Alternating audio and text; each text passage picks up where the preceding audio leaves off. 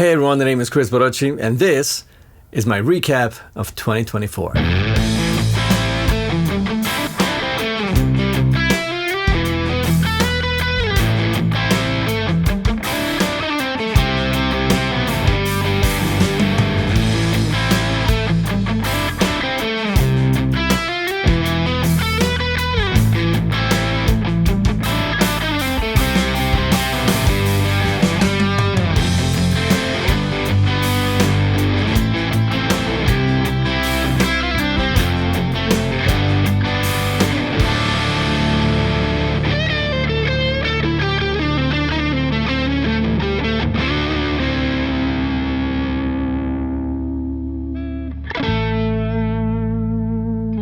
This has been a really busy year for me, really exciting, really cool, but also kind of tough in some ways. Worked on the album a lot, modified guitars, had a couple of really exciting videos, and trips and projects and everything. So I wanted to recap and sort of talk about the highlights of this year. Let's start with modding guitars. This is something that I wanted to do much more in this year, and I didn't get to it. I announced 2 major guitar mods this year. Didn't work out, but at least I finished one of them. This was the PJD Carey mod, this guitar.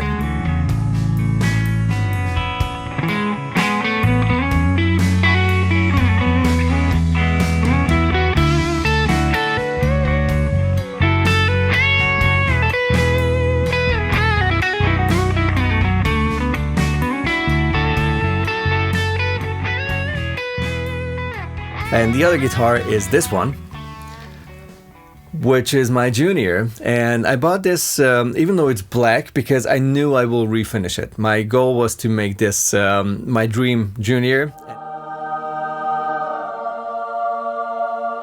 The way it sounds, the way it feels, the weight, everything about it is my dream guitar, except for the finish. I'm on it, as you can see. And parts are missing already. That's my way of forcing myself into finally starting removing the finish. This is going to be really exciting with heat gun and scrapers and stuff. So stay tuned for that. That's coming up really soon as it's not freezing outside. The other project that was very important for me this year was recording the album, which is done.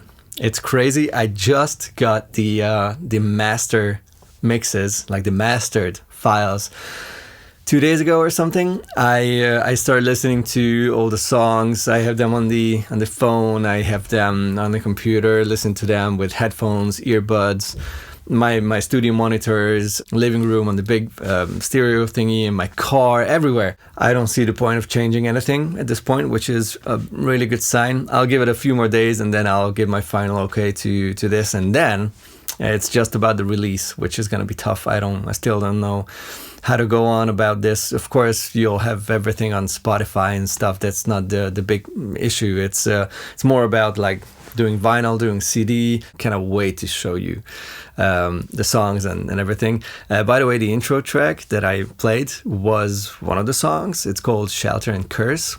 It's not really full on that song, but it's the intro lick. And one more fun thing about the guitar sound that I'm having today, this one.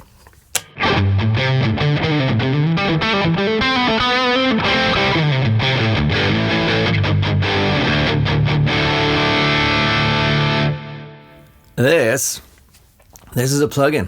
Well, 3 plugins actually. The Universal Audio Brainworks sort of sewer Plexi plugin with their own IR, and then a stereo delay and a plate reverb, all plugins by UA. I felt like there was a misunderstanding in that one video that I found kind of interesting this year. One of the highlights for me, it was a lot of fun to make it. It was about guitar tone changing and our taste in guitar tone changing.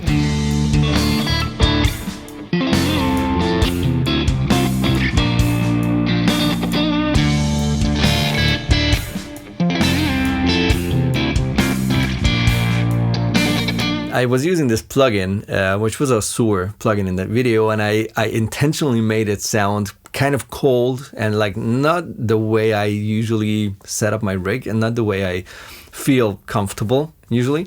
And then a couple of you guys wrote like, yeah, but you didn't set the plugin up right. It doesn't sound real enough. It sounds artificial, and it's like you could have made that sound better.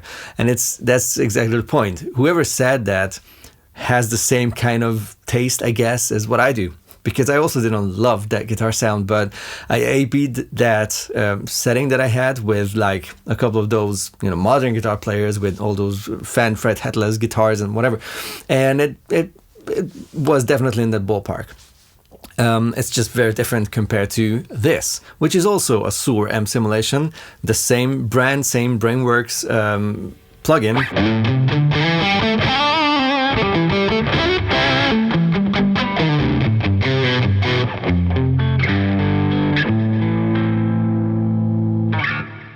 It is perfect. It is 100% authentic recreation of a well-recorded analog plexi style rig with some stereo fun. There's nothing wrong with this. I love playing this. There's no latency, weirdness. There's nothing that disconnects me from the sound. It's just the knowledge of me knowing that I'm going straight into the audio interface. I'm not using any of the pedals and amps and aux box, nothing. I love what I hear. I just don't enjoy the process of playing, of tweaking, of setting up stuff. It's just makes me feel like I'm using a computer, which I am, and I don't like that. It's just a mindset thing. Another fun project was my March project, which included two things. Well, first of all, me traveling to Budapest, to my hometown where I was born and grew up, and I played a one-off show with my metal band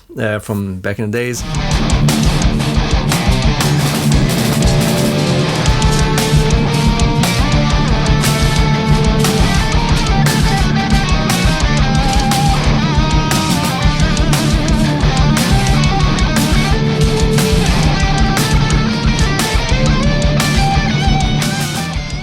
Amazing show, loved it. I really struggled with relearning all those fast rhythmic metal riffs and solos and everything, with sweep picking and stuff that I don't really practice that much anymore because I'm interested in different things.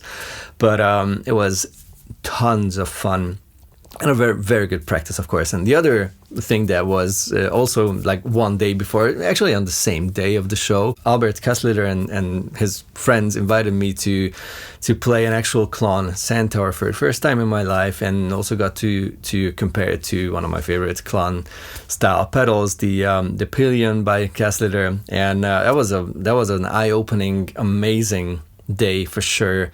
And I was really happy to see that it sounds and feels, most importantly, very different than most of the clones, because I don't love most of the clones.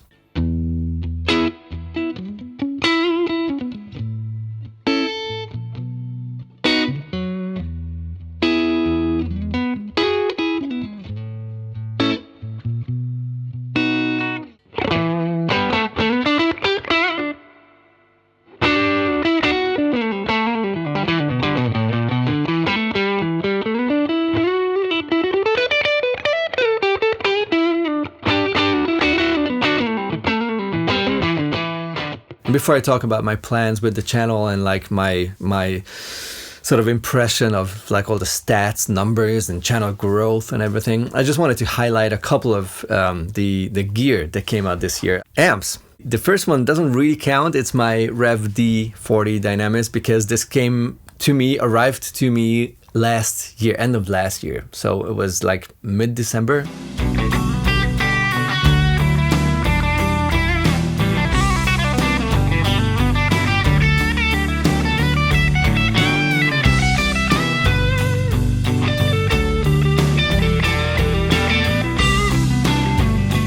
It's definitely like a desert island amp for me. The other one is the Friedman Plex. I'm not sure, is it? Yeah, it's in the picture right there.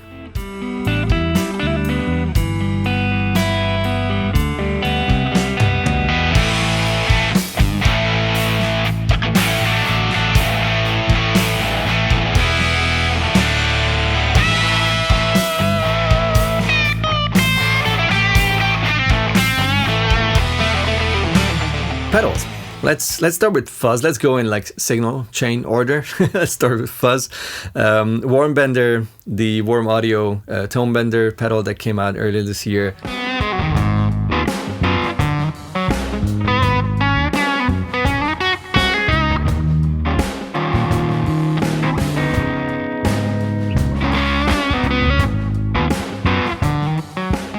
And then the Germanium Vintage King.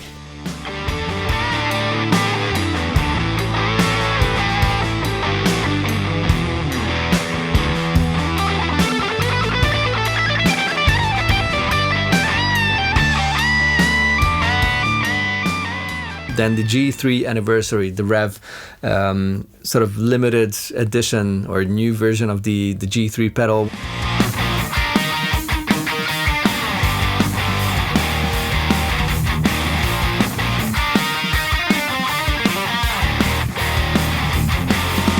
And the other one being the SLO, the Soldano Plus or Dual. I'm still not sure what the official name is. The Soldano SLO Plus, Dual Plus, or just one of those, the 2-channel version.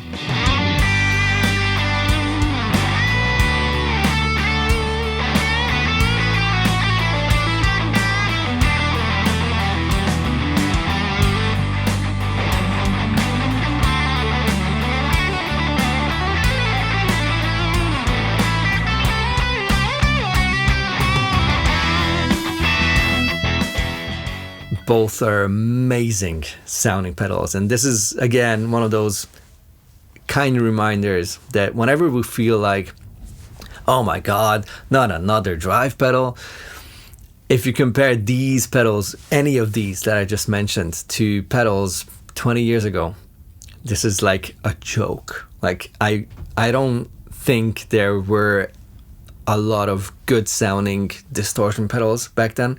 Overdrives, of course, you know, all these screamers and Boss pedals, they're great, of course, but if you compare those to current ones or amp style pedals from back then, which really was like what, full tone and that's it, maybe something else, not sure, but it's amazing what happened in the pedal world. Actual real spring reverbs that came out this year are crazy. White Whale, gosh, White Whale, version 2.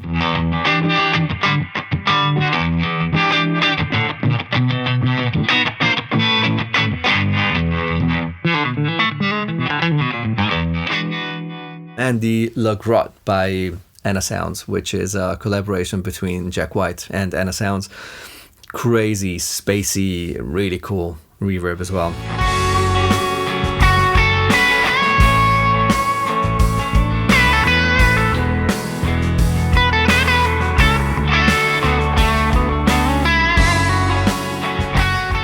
And finally, let's talk about the channel.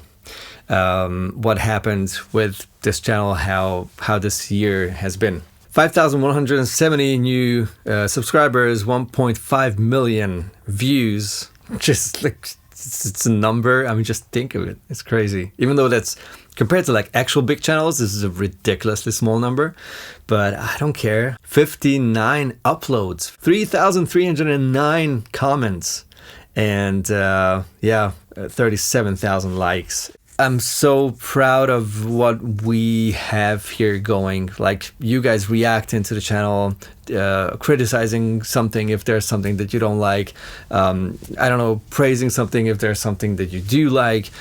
Sharing your thoughts on subjects that we talk about, or ask whatever's on your mind. This is the only actual real reason why I'm doing this. And these numbers, these stats are partially crazy and partially kind of underwhelming and gets on you a bit. Like 1.5 million views, that's crazy. I cannot even imagine that many people in front of me. that's ridiculous. But having only 5,000 subscribers more per year means that like something like 100,000 subscribers seems like, okay, maybe when I'm 60 or when I'm 80, I'll get there, which means never, because, you know, which is kind of weird, and it gets to you because some other channels will grow much, much faster. Of course, there are other channels that do not grow faster and crazy good content, and people that you really like watching still have like less subscribers than I do, which is like, why? You just want to see some sort of a growth. Even if you're not really that kind of a person, like, I want to have, I don't know, all the subs in the world. Some sort of a steady growth that brings the channel into like a mid-tier guitar channel size. That would be something that everyone would love. Like whoever puts in that many hours would appreciate. I thought like, okay, 50K is going to be an easy one for this year. Nope. It's still like 49 something. It's what it is. It gets to you a bit, and I don't really care too much about it. But whenever I do, it kind of feels like, does this make any sense at all? Don't get me wrong, this is not like, oh, me, look at me, my channel is so small. No, I really, really appreciate every one of you who watches this, like the videos that I put out. And as told, I see a lot of other channels where I would also wish they had more success with it, or more attention, or whatever that is. It's how the world is, especially in the entertainment business. It's normal. I mean, if you're not aware of that or shocked by that, then you're in the wrong business. What I would love to read is your input, like whatever you would want to see more or less on this channel. I don't know. I definitely want to do more guitar techie stuff, like modding for sure. Yeah, I'm looking at you, baby. It's your turn. Meet you down there in the comments, of course. Share your thoughts, and have the merriest of Christmases if you celebrate Christmas. Happy holidays if you have any other preferences or don't do any of those. Just have a very nice end of this year and an even better early next year. See you very soon. Bye-bye.